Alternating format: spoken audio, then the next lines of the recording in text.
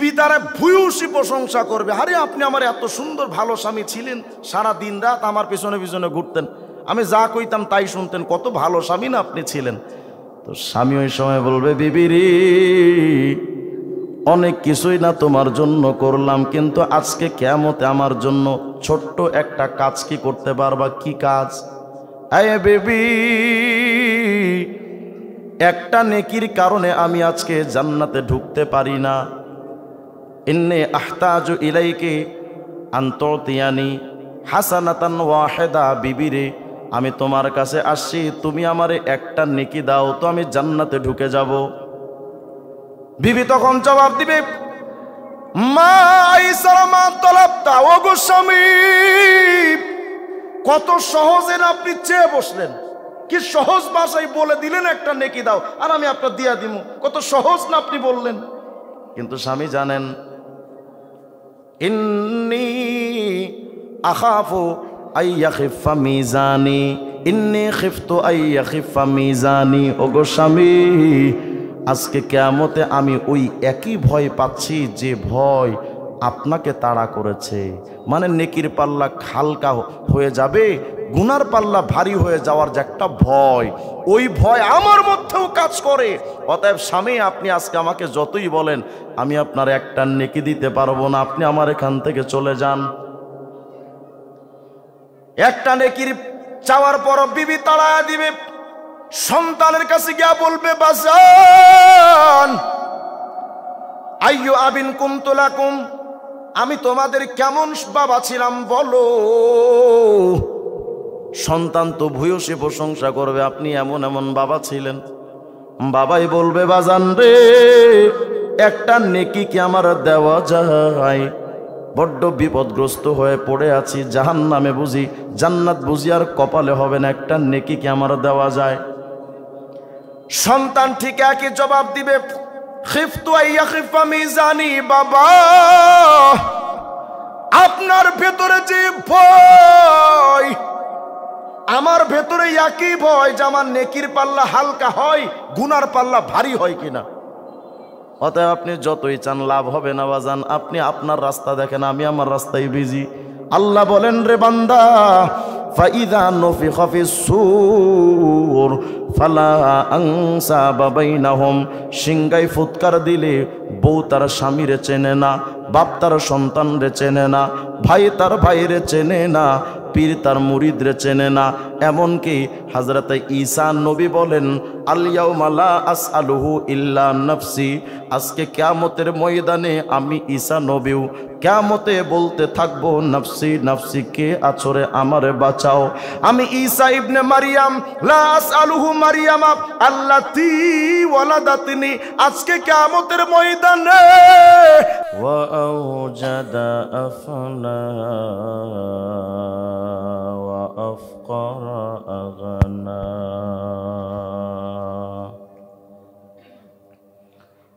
وأضر أقنا،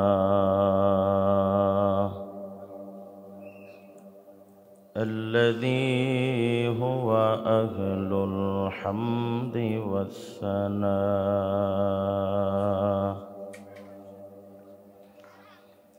ونشهد أن السيد والمولى هو المصطفى سيد الورى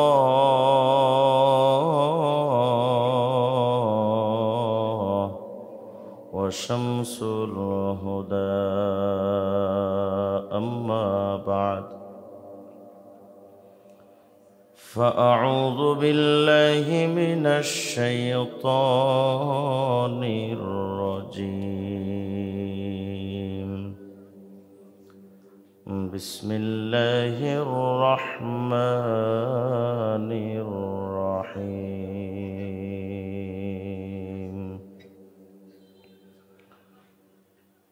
يا أيها الذين آمنوا اذكروا الله ذكرا كثيرا وسبحوه بكرة وأصيلا صدق الله العلي العظيم درود شريف পড়ি اللهم صل على محمد وعلى آل محمد كما صليت على إبراهيم وعلى آل إبراهيم إنك حميد مجيد اللهم بارك على محمد وعلى آل محمد كما باركت على إبراهيم وعلى آل إبراهيم إنك حميد مجيد ঐতিহ্যবাহী হাবিবুর রহমান খান মিয়াপাড়া মাদ্রাসার উদ্যোগে আয়োজিত আজকের বার্ষিক ওয়াজ মাহফিলের মুআজ্জাজ সভাপতি সাউন্ডটা কেমন রিভাব দেন রিভাব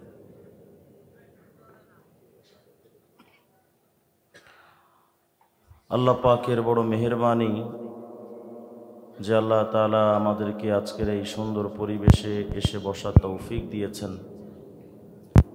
এজন্য আল্লাহ পাকের দরবারে প্রাণ খুলে শুকরগুজার হচ্ছে। সবাই পড়ি আলহামদুলিল্লাহ। বলেন তো আমাদেরকে জীবন্ত রেখেছেন কে? আমাদেরকে মৃত্যু দিবেন কে? সন্তান দেওয়ার মালিক কে? ভাগ্য পাল্টানোর মালিক কে? রোগ থেকে শিফা দেওয়ার মালিক কে? সাতবক জমিন আসমানের একচ্ছত্র মালিক একমাত্র কে? আল্লাহ তাআলা বড় মেহেরবানি করে আমাদেরকে এখানে এনেছেন। খুব দামি মজলিস, দামি মজমা। গত বছর যে সাউন্ডটা ছিল, এটা সাউন্ডটা কেমন জানো? কোথায় রিভাব দাও?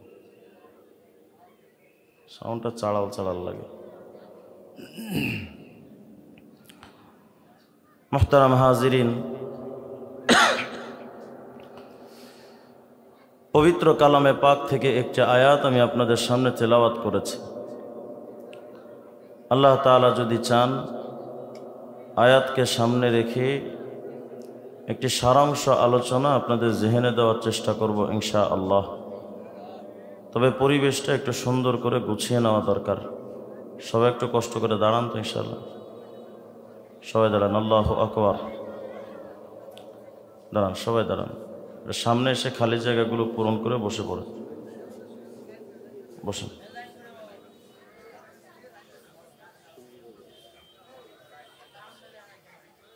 মাশাআল্লাহ। আওয়াজ দিয়ে বলেন আল্লাহু আকবার।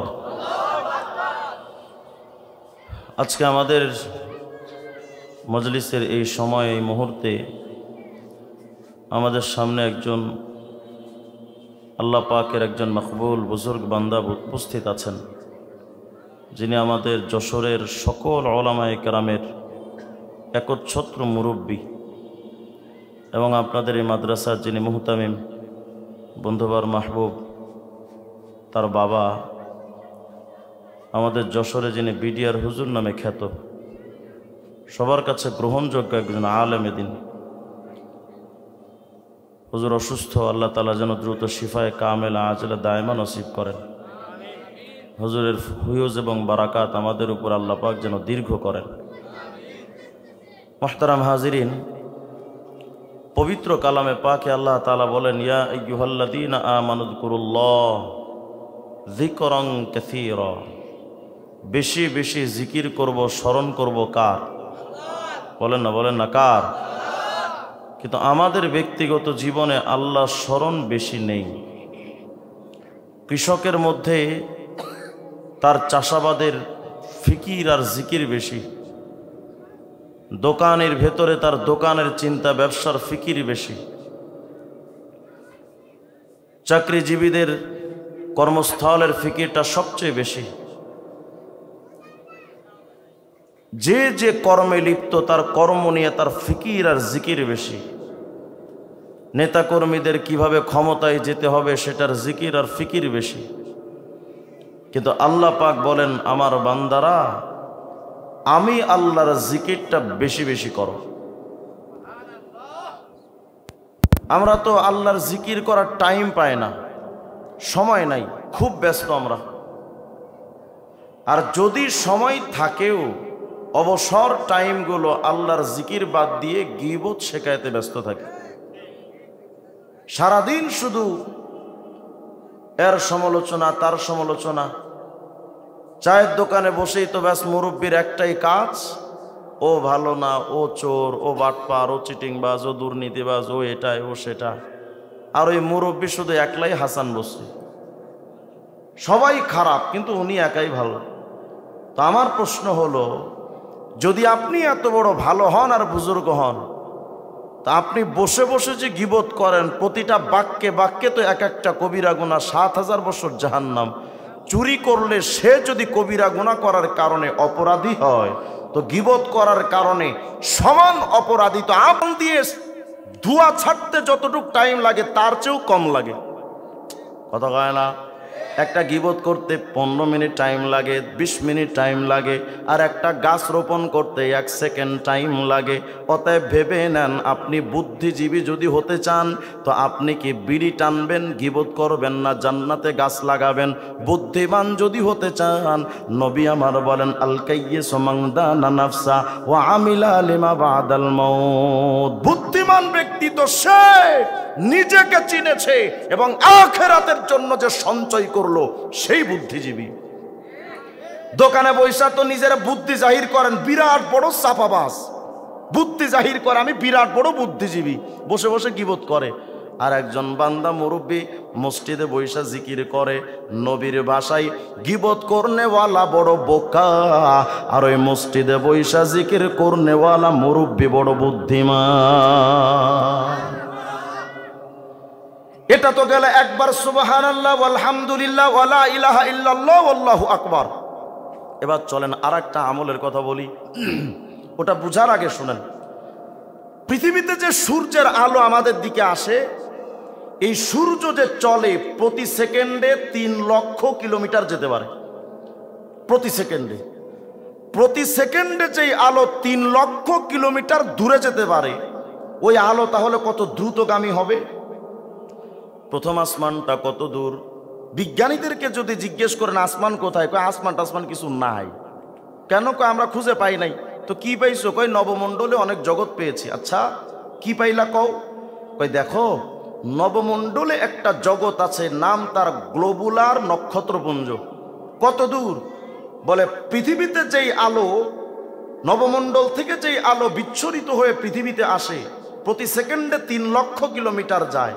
এমন দ্রুতগামী আলো যদি পৃথিবী থেকে নক্ষত্রপুঞ্জ গ্লোবুলার যদি পৌঁছতে চায়, অথবা গ্লোবুলারের নক্ষত্রপুঞ্জের আলো যদি পৃথিবীতে আসতে চায়, এত দূর সেটা। আসমান তো আরো উপরে, কিন্তু গ্লোবুলার নক্ষত্রপুঞ্জটা এত দূর, তার আলো যদি পৃথিবীতে আসতে চায়, প্রতি সেকেন্ডে 3 লক্ষ কিলোমিটার আসবে, তবুও সময় লাগবে অন্তত 12,400 কোটি বছর। কত দূর সেই নক্ষত্রপুঞ্জ? এরপরে মহাশূন্যের উপরে আসমান তো কত দূর, তা তো হিসাব করা সম্ভব না আমাদের এই জেহেন দিয়া। প্রথম আসমান, দ্বিতীয় আসমান, তৃতীয় আসমান, এভাবে করে সপ্তম আসমান। এরপরে আল্লাহ পাকের কুরসি, মাঝখানে আবার এত বিরাট বিরাট জগৎ তো খালি।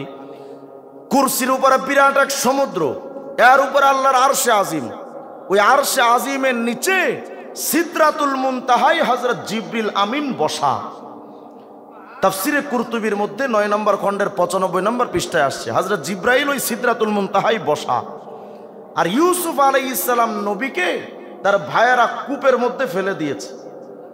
তো ইউসুফ আলাইহিস সালামকে যখন কূপে ফেলে দেওয়া হয়, তো তার ভাইয়েরা শরীরের মধ্যে রশি টসি পেঁচায়া এরপরে ফেলছিল, যেন ইউসুফ টাস করে পড়ে আঘাতপ্রাপ্ত না হয়। কিন্তু ইউসুফ আলাইহিস সালামের একজন ভাই ছিল, নাম তার শামউন। ইমামে কুরতুবী রাহিমাহুল্লাহ লিখেছেন, ওয়া ইন্না শামউন হুয়াল্লাযী কাতাল হাবলা ইরাদাতা আইয়ালতাফিতা আলাস সাখরা। শামউন ইউসুফ আলাইহিস সালামের সেই রশিটা কেটে দিছিল। কেন?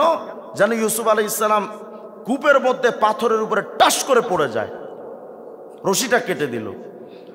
তো ইউসুফ আলাইহিস সালাম কূপের নিচে পাথরে পড়ে যাবেন ভাব।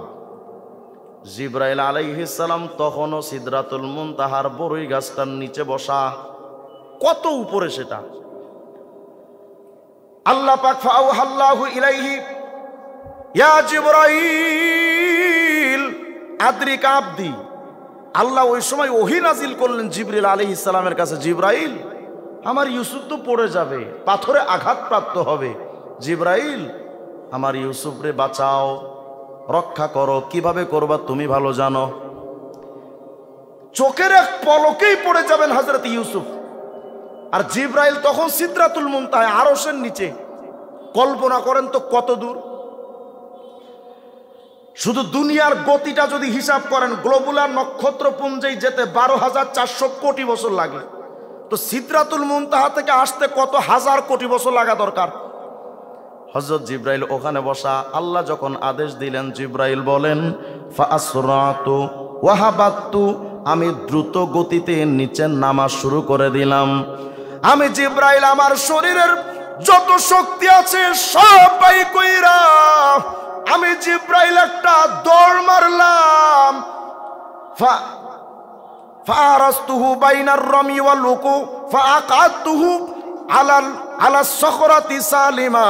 আমি জিবরাইল ওই সিদরাতুল মুনতাহা থেকে শরীরের একটা শক্তি ব্যয় করে যখন দৌড় মারলাম, চোখের পলকে আমি জিবরাইল আলাইহিস সালাম ফারাস্তুহু বাইনার রামি ওয়াল লুকু, আমি জিবরাইল আলাইহিস সালাম একটা দৌড় মাইরা সিদরাতুল মুনতাহা পাড়ি দিয়া, সমুদ্র পাড়ি দিয়া, কুরসির জগৎ পাড়ি দিয়া, সাতবক জমিন আসমান পাড়ি দিয়া, মহাশূন্য পাড়ি দিয়া, গ্লোবুলার নক্ষত্র পুঞ্জ পাড়ি দিয়া, সমস্ত নবমণ্ডলের জগৎগুলো পাড়ি দিয়া জিবরাইল আমি ইউসুফের সেই কূপের মধ্যে ঢুকে গেলাম।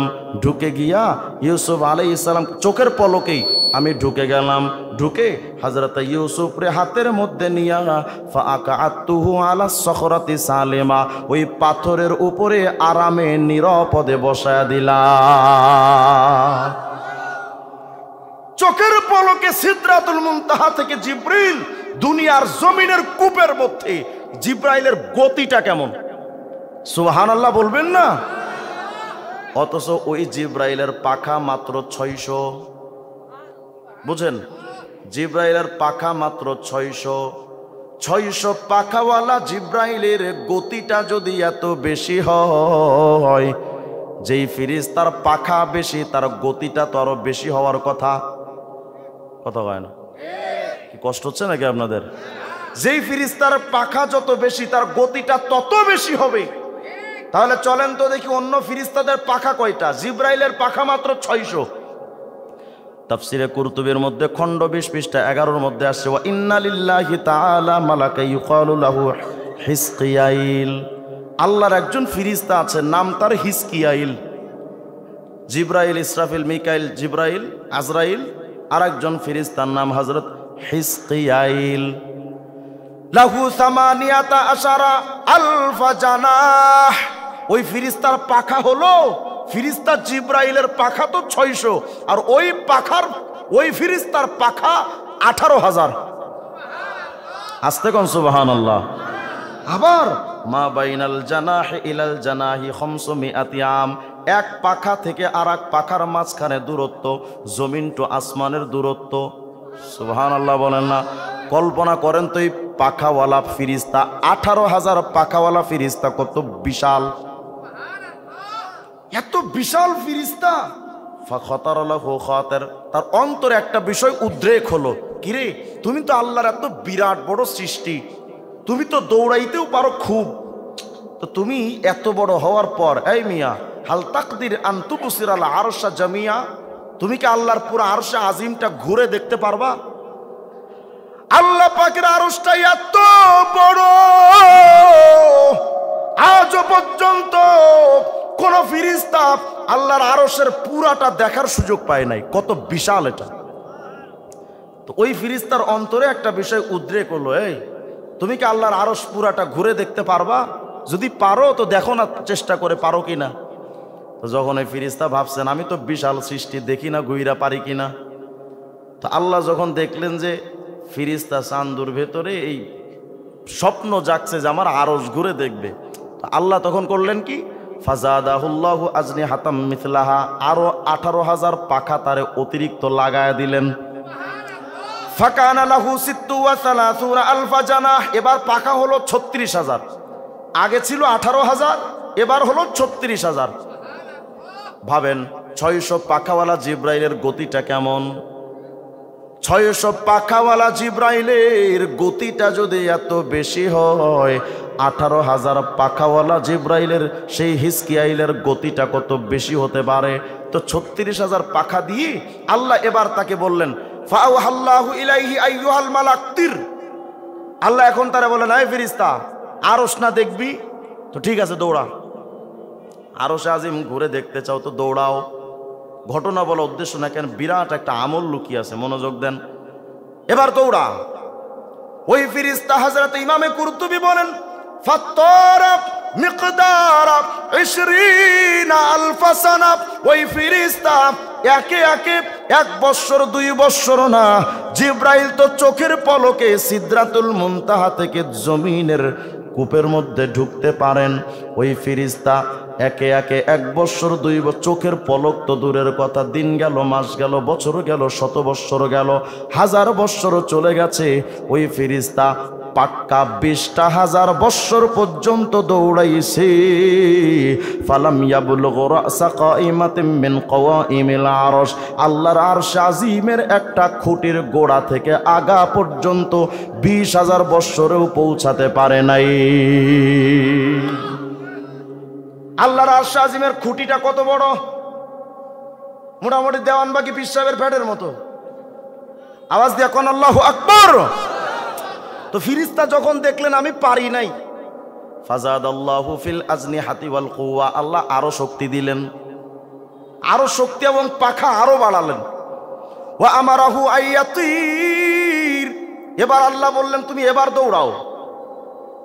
ফাতারা মিকদারা ৩০,০০০ সানাহ, ফাতারা মিকদারা ৩০,০০০ সানা। ওই ফেরেশতা এবার আরো ৩০,০০০ বছর দৌড়াইছে। আগে দৌড়াইল ২০,০০০ বছর, এবার দৌড়াইল ৩০,০০০ বছর। ফালাম ইয়াসিল আইজন, কিন্তু ওই আরশে আজিমের এই ৫০,০০০ বছর পর্যন্ত দৌড়ানোর পর ৩৬,০০০-এর চাইতে বেশি পাখা নিয়া ওই ফেরেশতা আরশের গোড়া থেকে আগা পর্যন্ত যেতে পারে নাই। এবার আল্লাহ তারে বললেন, ফেরেশতা রে লাউতির তাইলা নাফখিস সূর, এই ফেরেশতা ৫০,০০০ বছর কেন, কিয়ামতের আগ পর্যন্ত যদি দৌড়াও, লাম তাবলুগ সাক আরশি, আমি আল্লাহর আরশের পুরাটা দেখা দূরের কথা, আরশের গোড়াতেও পৌঁছাতে পারবা না। আচ্ছা কল্পনা করেন তো সে আরশটা তাহলে কত বিশাল হতে পারে। ওই সময় ফেরেশতা পরে না পেরে বলেছিলেন সুবহানা রাব্বিয়াল আলা, যেটা আমরা সিজদার মধ্যে পড়ি, সুবহানা রাব্বিয়াল আলা। এই ঘটনাটা কেন বললাম এবার শোনেন। তাফসীরে রুহুল মাআনির মধ্যে খণ্ড 10 পৃষ্ঠা 410-এর মধ্যে ইমামে মাহমুদ বাগদাদি আলুসি রাহিমাহুল্লাহ লেখেন, মায়ার নবী একদিন হযরত জিবরিল আমিনকে প্রশ্ন করেন, ইয়া জিবরাইল আখবির আন সাওয়াবি মান ক্বালা সুবহানা রাব্বিয়াল আলা ফি সুজুদিহি ওয়া ফি গায়রি সুজুদিহি।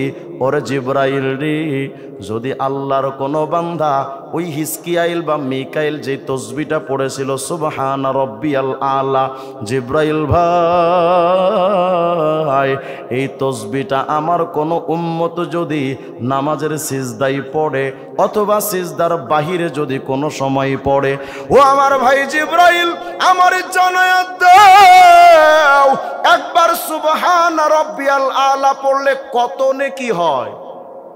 জিবরাইল একটু কয়, আমি নবীরে বলো না কত নেকি হবে। জিবরিল আমিন বলেন, নবী গো, মা মিন মুমিনিন ওয়ালা মুমিনা ইয়াকুলুহা ফি সুজুদিহি আও ফি গায়রি সুজুদিহি ইল্লা কানাত লাহু ফি মিজানিহি আথকালা মিনাল আরশ ওয়াল কুরসি ওয়া জিবালিদ দুনিয়া। ওগো মায়ার নবী শোনেন না, আপনার কোন উম্মত যদি সিজদায় পড়ে সুবহানা রাব্বিয়াল আলা অথবা সিজদার বাহিরেও পড়ে সুবহানা রাব্বিয়াল আলা, ওগো আল্লাহর নবী পুরুষে পড়ুক নারী পড়ুক, যদি কেউ একবার ওই তাসবিহটা পড়ে নেয়, নবী গো পুরা পৃথিবীর সমস্ত পাহাড়গুলো নিয়ে যদি মিজানের পাল্লাই রাখা হয়, আর আল্লাহর কুরসিটাও যদি মিজানের পাল্লাই রাখা হয়, শুধু তাই নয় গো নবী, দুনিয়ার সকল পাহাড় পর্বত আর কুরসি শুদ্ধ আল্লাহর বিরাট আরশে আজিম যদি একটা মিজানের পাল্লায় সবগুলো চাপানো হয়, আর একবার সুবহান রব্বিয়াল আলার নেকিটা যদি আর এক পাল্লায় রাখা হয়, আরশ কুরসি আর পৃথিবীর পাহাড়ের পাওয়া ওই মিজানের পাল্লাটা হালকা হয়ে যাবে। সুবহান রব্বিয়াল আলার নেকির পাল্লা ভারী। কয়বার সুবহান রব্বিয়াল আলা? একবার, একবার বলেন না সুবহান রব্বিয়াল আলা, বলেন বলেন বলেন না সুবহান রব্বিয়াল আলা। কত সেকেন্ড টাইম লাগে? সুবহান রব্বিয়াল আলা একবার পড়লে 1 সেকেন্ড টাইম। কত বিরাট নেকি! আর আপনি গীবতে 20 মিনিট সময় নষ্ট করেন, কত বড় কপাল পোড়া আপনি। আমি বিড়ি টেনে 5 মিনিট সময় নষ্ট করেন, কত বড় কপাল পোড়া। এসব বাদ দিয়া মুরব্বী, হাতের বিড়িটা ছেড়ে হাতে তাসবির দানা হাতে নেন। সময় শেষ, বেশি সময় আর আপনার আমার হাতে বাকি নাই। কবরে তো চলেই গেলাম। আজকেও তো কাফনের ফ্যাক্টরি থেকে কাফনের কাপড় তৈরি হয়েছে, আজকেও তো ফ্যাক্টরি থেকে কাফনের কাপড় নিয়ে অনেক গাড়ি বাংলাদেশের বিভিন্ন প্রান্তে রওনা হয়েছে। হতেও তো পারে ওই কাফনের মধ্যে আপনার আমার কাফন আছে। আপনি আর কবে করবেন আল্লাহর জিকির? কবে করবেন আর আল্লাহর স্মরণ? কবে ছাড়বেন বিড়ি? কবে ছাড়বেন গীবত শেকায়েত? কবে মনোনিবেশ করবেন আল্লাহর জিকিরে? বলেন। তাফসীরে রুহুল মানির মধ্যে লেখে, বান্দা যখন পড়ে সুবহান রব্বিয়াল আলা, সাথে সাথে মায়ার রব আল্লাহ সাথে সাথে জবাব দেন, এই মিয়া তুমি প্রধানমন্ত্রী শেখ হাসিনার প্রশংসা করবা, হাসিনা তোমার নাম নিয়ে জীবনে কোনোদিন সংবাদ সম্মেলনের নামটাও নেবে না, মেসি আর নেইমারের ভক্ত হইবা, ও জীবনে তোমার চিনবেও না। আল্লাহ বলেন, বান্দারে যদি তুমি আমি আল্লাহর নামে স্মরণ করো, ফাযকুরুনি আযকুরুকুম, আমি আল্লাহ তোমার স্মরণ করব। দেখেন, যদি কোনো বান্দা সিজদাই পড়ে সুবহান রব্বিয়াল আলা, সিজদার বাহিরে যদি পড়ে সুবহান রব্বিয়াল আলা, সাথে সাথে আল্লাহ ওই বান্দাকে জবাব দেন, এই ফেরেশতা শোনো, সাদাকা আব্দি, আমার বান্দা দেখো সত্য কথা বলছে। কেন? কারণ আনা ফাউকা কুল্লি শাই, আমি আল্লাহ সবকিছুর উপরে, লাইসা ফাউকি শাই, আমি আল্লাহর উপরে তো কিছু নাই। এই ফেরেশতা, আমার যে বান্দা আমারে দেখে নাই, আমার যে বান্দা আমি আল্লাহকে কোনোদিন অনুভবটাও করতে পারে নাই, চর্মচক্ষু দিয়ে আমি আল্লাহরেও দেখে নাই, এরপরও আমার বান্দা যখন আমি আল্লাহর ব্যাপারে একবার পড়ল সুবহান রব্বিয়াল আলা, ইশহাদু ইয়া মালাইকাতি কদ ইন্নী কদ গফ আন্নী কদ গফারতু লি আবদি, ফেরেশতারা সাক্ষী থাক, আমার এই বান্দার জিন্দেগির গুনাহ আমি মাফ করে দিলাম। ওয়া আদখালতুহু জান্নাতি, আরে বান্দারে আমি আল্লাহ জান্নাতে ঢুকাবো। আরেকটু পরে আসছি, আরেক তাফসীরে আসছে এই সুবহান রব্বিয়াল আলা শব্দটা সর্বপ্রথম পড়েছিলেন হযরত মিকাইল। বিরাট এক লম্বা ইতিহাস আছে, সেদিকে যাওয়ার সুযোগ নেই। তো আল্লাহ পাক যখন দেখেন এই বান্দা মারা গেছে, দুনিয়াতে যেই বান্দা পড়েছিল সুবহান রব্বিয়াল আলা, একবার পড়েছিল, ওই বান্দা ফাইদা মাতা, বান্দা যখন মারা যায়, জারাহু মিকাইল, ওই ফেরেশতার সাথে মিকাইল ফেরেশতা সাক্ষাৎ করেন কুল্লা ইয়াউমিল কিয়ামা, কিয়ামতের দিন ওই ফেরেশতা ওই বান্দার সাথে মিকাইল ফেরেশতা দেখা করবেন। করে কি করবেন? হামালাহু আলা জানাহিহি, মিকাইল তার কাঁধের উপরে, তার ডানার উপরে ওই বান্দাকে উঠায় নেবেন কিয়ামতের দিন। উঠায়া ফায়ুকিফুহু বাইনা ইয়াদাইল্লাহ, আল্লাহর সামনে ওই বান্দাকে দাঁড় করাবেন। সুবহানাল্লাহ বলেন না? মিকাইল ফেরেশতা বান্দারে দাঁড় করায় আল্লাহরে বলবেন, ও গো রব, ইয়া রব শাফিনি ফি, আমি এই তোমার এই বান্দার ব্যাপারে সুপারিশ করতে আসছি। আল্লাহ, তোমার এই বান্দা দুনিয়াতে সুবহান রব্বিয়াল আলা পড়ছিল, আল্লাহ এই বান্দার ব্যাপারে সুপারিশ করতে আসছি, আপনি আমার সুপারিশটা কবুল করেন। আল্লাহ সাথে সাথে জবাব দেন, শাফাতুকা ফিহি, এই বান্দা, এই ফেরেশতা জিবরাইল রে, ফেরেশতা মিকাইল রে, তোমার সুপারিশটা আমি কবুল করলাম। এখন তোমার সামনে একটা মাত্র কাজ, ইযহাব বিহি ইলাল জান্নাহ, আমার বান্দারে নিয়ে আমি আল্লাহর জান্নাতে ঢুকায়া দাও। একবার সুবহান রাব্বিয়াল আলা। আমরা হয়তো অনেকে ভাবি যে এই তাসবিহটা শুধু সিজদায় পড়া যায়, বাহিরে মনে হয় পড়া যায় না। না, সব সময় পড়তে পারে না। দুনিয়ার মানুষ কিয়ামতের ময়দানে একটা নেকির জন্য কত হাহাকার,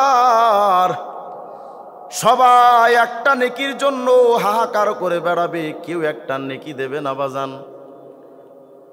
এক ইমামে কুরতুবী রহমতুল্লাহ আলাইহি তার কিতাবুত তাযকিরার মধ্যে লিখেছেন, কিয়ামতে এক বান্দার নেকি আর খারাপই সমান সমান, নেকিও যেমন গুনাহও তেমন। আল্লাহ তারে বলবেন, বান্দা জান্নাতে তো দিতে চায়, জান্নাতে যেতে গেলে তো তোমার একটা নেকি দরকার, নইলে নেকির পাল্লা ভারী না হলে জান্নাতে দিব কেমনে? তো বান্দা একটা কাজ কর, তোর আপনজন যারা দুনিয়াতে ছিল তাদের কাছ থেকে একটা নেকি নিয়ে আসো তো দেখি। বান্দা এখন একটা নেকির খোঁজে যাবে বাপের কাছে, মায়ের কাছে, বিবির কাছে, বোর কাছে গিয়া বলবেন, বিবি আইয়ুবা আলিন কুনতুলাক, আমি তোমার কেমন স্বামী ছিলাম। বিবি তারা ভূয়সী প্রশংসা করবে, আরে আপনি আমার এত সুন্দর ভালো স্বামী ছিলেন, সারা দিন রাত আমার পিছনে পিছনে ঘুরতেন, আমি যা কইতাম তাই শুনতেন, কত ভালো স্বামী না আপনি ছিলেন। তো স্বামী ওই সময় বলবে, বিবি রে, অনেক কিছুই না তোমার জন্য করলাম, কিন্তু আজকে কিয়ামতে আমার জন্য ছোট্ট একটা কাজ কি করতে পারবা? কি কাজ? আয় বেবি, একটা নেকির কারণে আমি আজকে জান্নাতে ঢুকতে পারি না। ইন্নী আহতাজু ইলাইকি আন তুতিয়ানি হাসানাতান ওয়াহিদা, বিবি রে, আমি তোমার কাছে আসছি, তুমি আমারে একটা নেকি দাও তো আমি জান্নাতে ঢুকে যাব। বিবি তখন জবাব দিবে, মা আইসারা মা তলাবতা, ও গো স্বামী, কত সহজে না আপনি চেয়ে বসলেন, কি সহজ ভাষায় বলে দিলেন একটা নেকি দাও আর আমি আপনার দিয়া দিমু, কত সহজ না আপনি বললেন। কিন্তু স্বামী জানেন, ইন্নী আখাফু আইয়াখিফা মিজানি, ইন্নী খিফতু আইয়াখিফা মিজানি, ও গো স্বামী, আজকে কিয়ামতে আমি ওই একই ভয় পাচ্ছি যে ভয় আপনাকে তাড়া করেছে। মানে নেকির পাল্লা হালকা হয়ে যাবে, গুনার পাল্লা ভারী হয়ে যাওয়ার যে একটা ভয়, ওই ভয় আমার মধ্যেও কাজ করে। অতএব স্বামী, আপনি আজকে আমাকে যতই বলেন আমি আপনার একটা নেকি দিতে পারবো না, আপনি আমার এখান থেকে চলে যান। একটা নেকির চাওয়ার পর বিবি তাড়ায়া দিবে, সন্তানের কাছে গিয়া বলবে, বাজান আইয়ু আবিন কুনতুলাকুম, আমি তোমাদের কেমন বাবা ছিলাম বলো। সন্তান তো ভূয়সী প্রশংসা করবে, আপনি এমন এমন বাবা ছিলেন। বাবাই বলবে, বাজান রে, একটা নেকি কি আমার দেওয়া যায়? বড্ড বিপদগ্রস্ত হয়ে পড়ে আছি, জাহান্নামে বুঝি জান্নাত বুঝি আর কপালে হবে না, একটা নেকি কি আমার দেওয়া যায়? সন্তান ঠিক একই জবাব দিবে, খিফতু আইয়াখিফা মিজানি, বাবা আপনার ভেতরে যে ভয়, আমার ভেতরে একই ভয় যে আমার নেকির পাল্লা হালকা হয়, গুনার পাল্লা ভারী হয় কিনা। অতএব আপনি যতই চান লাভ হবে না বাজান, আপনি আপনার রাস্তা দেখেন, আমি আমার রাস্তায় বিজি। আল্লাহ বলেন, রে বান্দা, ফাইযা নুফিখা ফিস-সূর ফালা আনসাবা বাইনাহুম, সিংগায় ফুৎকার দিলে বউ তার স্বামীরে চেনে না, বাপ তার সন্তানরে চেনে না, ভাই তার ভাইরে চেনে না, পীর তার মুরিদরে চেনে না। এমনকি হযরত ঈসা নবী বলেন, আল ইয়াউমা লা আসআলুহু ইল্লা নাফসি, আজকে কিয়ামতের ময়দানে আমি ঈসা নবীও কিয়ামতে বলতে থাকবো নফসি নফসি, কে আছরে আমারে বাঁচাও।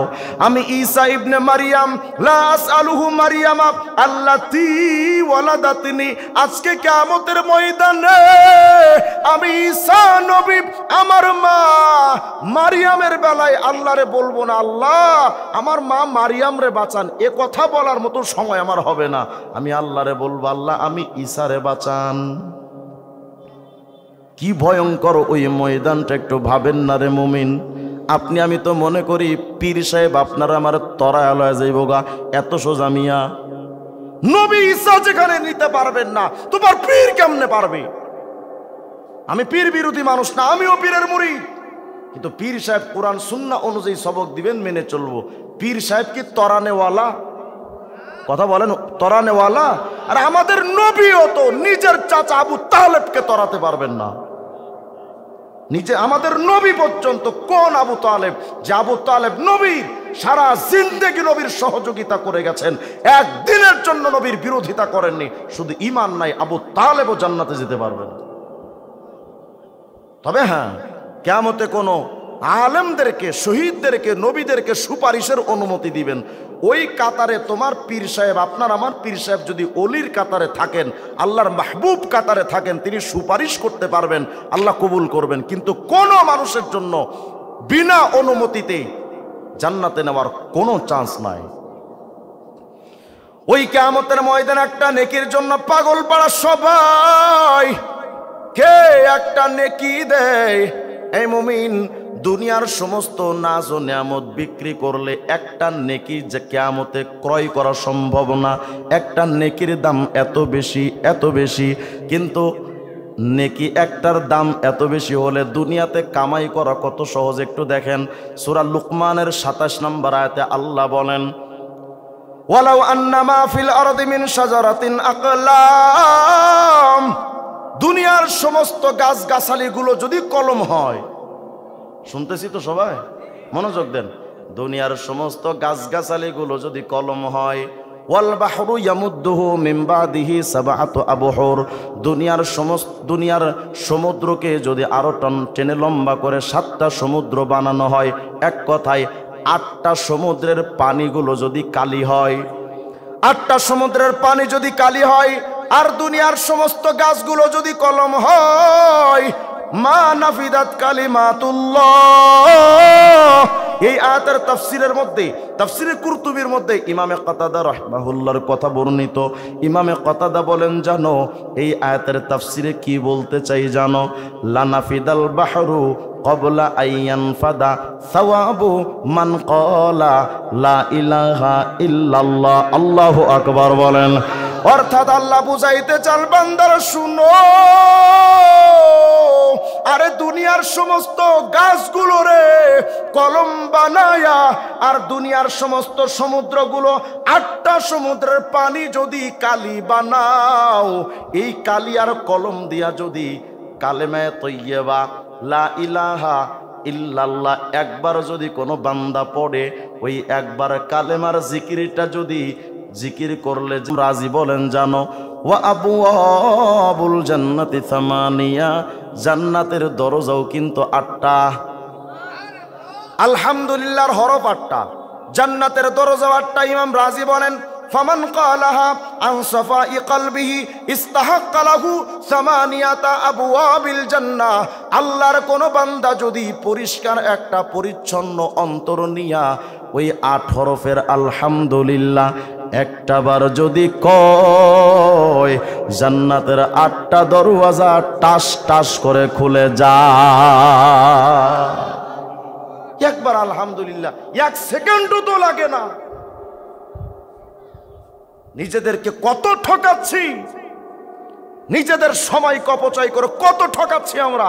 জান্নাতের ব্যাপারে আল্লাহ বলেছেন, জান্নাতীরা মা তাশতাহি আনফুসুকুম, যা চাইবে সব জান্নাতে পাবে। জান্নাতীরা যা চাইবে, এক কথাই যা কিছু দরকার সব পাবে। জান্নাতীদের মনে কোনো আফসোস থাকবে না, কিন্তু একটা আফসোস থাকবে, আহারে ওই সময়টা আমি জিকিরে কেন সময় ব্যয় করলাম না। এই একটা আফসোস থাকবে জান্নাতীদের, যে সময়টা আমি জিকিরে কেন ব্যয় করলাম না। এই জন্য বাজান, আপনি আমি তো কত গুনাহ করি, গুনাহের তো কোনো অন্ত নাই, অন্তহীন গুনাহ। কিন্তু আল্লাহর জন্য আমরা মহব্বত নিয়ে কবে ডাকলাম? মুরব্বী, রাতের পর রাত, দিনের পর দিন, বছরের পর বছর চলে গেছে, রাতে ঘুমাতে ঘুমাতে টাইম চলে গেছে, গাঞ্জা টানতে টানতে সময় চলে গেছে, জুয়া খেলতে খেলতে সময় চলে গেছে, রাজনৈতিক মিশনে কাজ করতে করতে টাইম চলে গেছে। কিন্তু আমি যদি আপনাকে জিজ্ঞেস করি, গভীর রাত্রে উঠে আল্লাহকে কয়দিন আপনি ডেকে রাত নষ্ট করেছেন বলে? হয়তো এমনও মানুষ পাওয়া যাবে পুরা জিন্দেগিতে একটা রাত সে তার আল্লাহকে দেয় নাই, অথচ এই রাতটা তো আপনাকে আমাকে দিয়েছেন কে? যেই রাত আল্লাহ দিলেন, দিন আল্লাহ দিলেন, সে রাত দিন আমরা মানুষের মাখলুকের পেছনে ব্যয় করি, আল্লাহর জন্য আমাদের টাইম হয় না। আল্লাহ কতটা অবহেলিত আপনার আমার কাছে, কতটা অবহেলিত। অথচ এই চোখ দুটো বন্ধ হলে আল্লাহ ছাড়া কি আছে আপনার আমার? অতএব ভাইরা, আল্লাহর দিকে একটু মনোনিবেশ করেন, আল্লাহর দিকে একটু মনোনিবেশ করেন। আর একটা আমলের সবক দিই।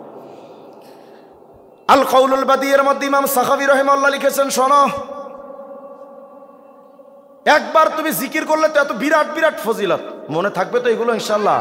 বলেন সুবহানাল্লাহ, আলহামদুলিল্লাহ, আল্লাহু আকবার, লা ইলাহা ইল্লাল্লাহ, সুবহান রাব্বিয়াল আলা। বলেন বলেন সুবহান রাব্বিয়াল আলা ওয়ালহামদুলিল্লাহ।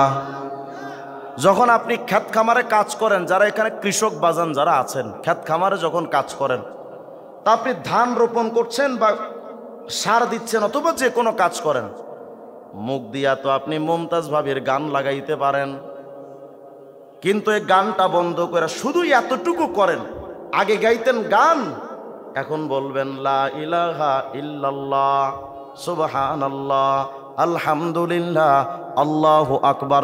শুধু একটু মানসিকতার সিস্টেমটা চেঞ্জ, বাকি আগের মতোই থাকুক। আগে যেমন গান গাইতেন, এখন কি করবেন? জিকির করবেন। দোকানদার যখন দোকানদারি করেন, সবসময় তো আর খরিদ্দার থাকে না। যখন খরিদ্দারের সাথে আপনার কথা বলার দরকার হবে না, হাতের ডান পাশে একটা তসবির দানা ঝুলায় রাখেন। যখন খরিদ্দার নাই, তসবির দানাটা নিয়ে পড়তে থাকেন, সুবহান রাব্বিয়াল আলা, আলহামদুলিল্লাহ, আল্লাহু আকবার, লা ইলাহা ইল্লাল্লাহ। জিকির চালু করেন, জিকির শুরু করে দেন, তো দুনিয়ার ব্যবসায়ী সফল, আখিরাতের ব্যবসায়ী সফল। শুধু একটু আগ্রহটা থাকা দরকার, আর কিচ্ছু দরকার নাই। আগ্রহ করা যাবে তো ইনশাআল্লাহ?